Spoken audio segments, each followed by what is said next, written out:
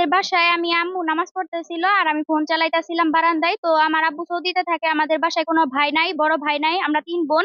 তো 2 বোন ঢাকা থাকে। তো আমাদের বাসায় আসার পরে কয়েকজন লোক আসে, 4-5 জন লোক আসে। আসার পরে ডাকাডাকি করে চিল্লাচিল্লি করে আম্মু নামাজে থাকায় আমি বের হয়ে আসি।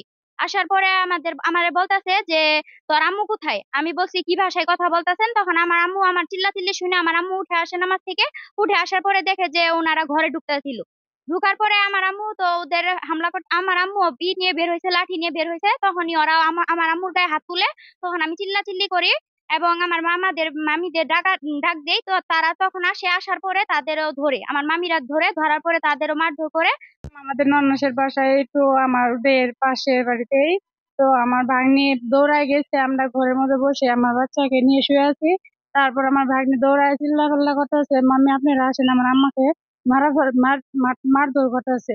তো আমি বললাম যে কেরা, কয় এই যে রূপন লিটন এরা আসছে, আরো অনেকেই আসছে। এরা আসে আমার আম্মুরে মারতেছে, আপনারা তাড়াতাড়ি আসেন। তো আমরা তাড়াতাড়ি আসলাম। আসা পরে দেখি যে এরকম এই অবস্থা, আমার নন্নাসের অনেক মারধর করছে। মার লাঠি দিয়ে বাইরে এসে, গলার চেন ছিল এক ভরি, চেনটাও ছিঁড়ে নিয়ে গেছে। আমারে মারধর কইরা যাবার সময় আমার গলার মধ্যে এক ভরি চেন ছিল, চেনটা নিয়ে গেছে গা। ধরেন যে ওরা 4-5 জন লোক হঠাৎ করে দেখি যে আসছে। আসার পর আমি দোকান করতেছি, দোকান করে আইসা দেখি যে হাওয়া রকম চলতেছে। আইসা দেখি যে মেয়ে ছেলের গায়ে হাত তুলছে। তো শুনতেছি আমার বড় বোনের কাছে তাজা যাইতেছে 4-5 জন লোকে, রোকন এবং লিটন দুজন আইসা এরা তাজা দেয় নাই, যার কারণে মনে হয় মাইক শুরু করছে। আমাদের ওই সাইডে ব্যারিকেড দিয়ে রাখছে।